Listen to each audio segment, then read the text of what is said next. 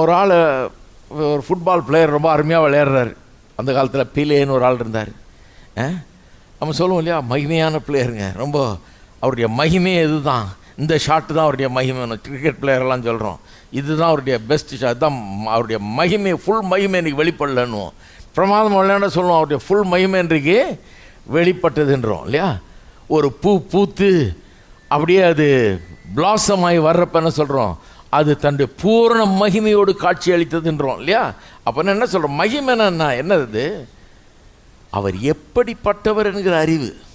இவர் மகிமையின் தேவன்னா இவர் நல்லவர், இவர் பெரியவர், இவர் அற்புதமானவர், இவர் அதிசயமானவர், இந்த தேவனால் கூடாத காரியம் ஒன்றுமில்லை, இவர் தான் சிருஷ்டி கர்த்தா, இவர் தான் எல்லாவற்றுக்கும் ஆதியும் அந்தமுமா இவர் தான் இருக்கிறார், இவரால் கூடாத காரியம் ஒன்றுமே இல்லை, இவர் பெரியவர், நல்லவர், இவர் அற்புதமானவர் என்கிற அறிவு அவனுக்கு எப்படியோ உண்டாகிறது. ஒன்று, நான் எதையோ வணங்கி வந்தேன், ஆனால் இன்னைக்கு தான் உணர்கிறேன், எனக்கு ஒரு வெளிச்சம் வந்துருச்சு, உள்ள ஒரு ஜீவன் உள்ள மெய்யான தேவன் ஒருத்தர் இருக்கிறாரு, இப்போ என்னோடு கூட இடைப்பட்டு கொண்டு என்னை சந்தித்து கொண்டிருக்கிற தேவன் இவர் தான் அப்படின்னு அந்த சம்பவத்தின் போது அவன் உணர்ந்திருக்க வேண்டும்.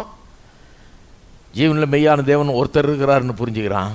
அது மட்டும் இல்லை, அவர் சர்வ வல்லமையுள்ள தேவன், மகிமையின் தேவன், அன்பின் தேவன், இரக்கத்தின் தேவன், தயவின் தேவன், போதுமான தேவன், அவர் போதுமானவருக்கு அதிகமான தேவன், அவரால் எல்லா தேவையும் சந்திக்க முடியும், அவர் அற்புதமானவர் என்கிற அறிவு அவனுக்கு உண்டாகிறது. எத்தனை பேர் வழங்குது நான் சொல்கிறது, அதான் அதனுடைய அர்த்தம்.